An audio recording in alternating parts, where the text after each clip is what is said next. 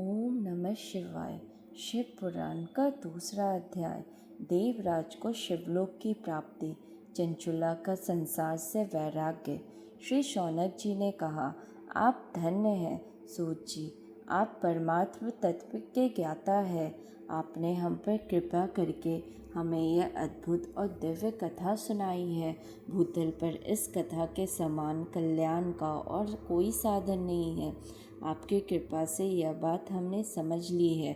सूत जी, इस कथा के द्वारा कौन से पापी शुद्ध होते हैं, उन्हें कृपा पूर्वक बताकर इस जगत का कृतार्थ कीजिए।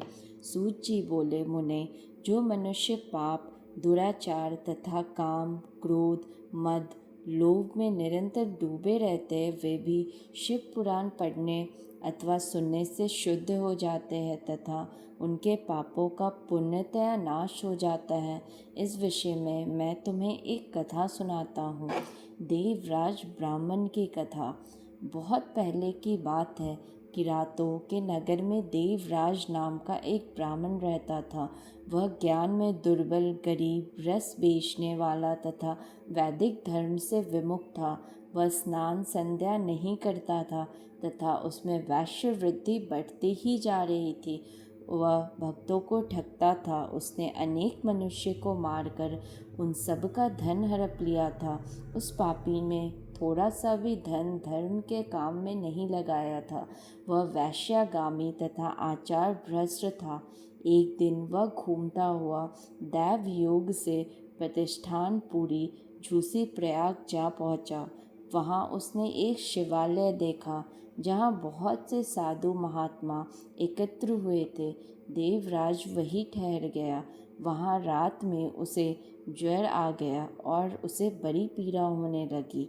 वहाँ पर एक ब्राह्मण देवता शिव पुराण की कथा सुना रहे थे। ज्वर में पड़ा देवराज भी ब्राह्मण के मुख से शिव कथा को निरंतर सुनता रहता था। एक मास बाद देवराज ज्वर से पीड़ित अवस्था में चल बसा। यमराज के दूतों उसे बांधकर यमपुरी ले गए।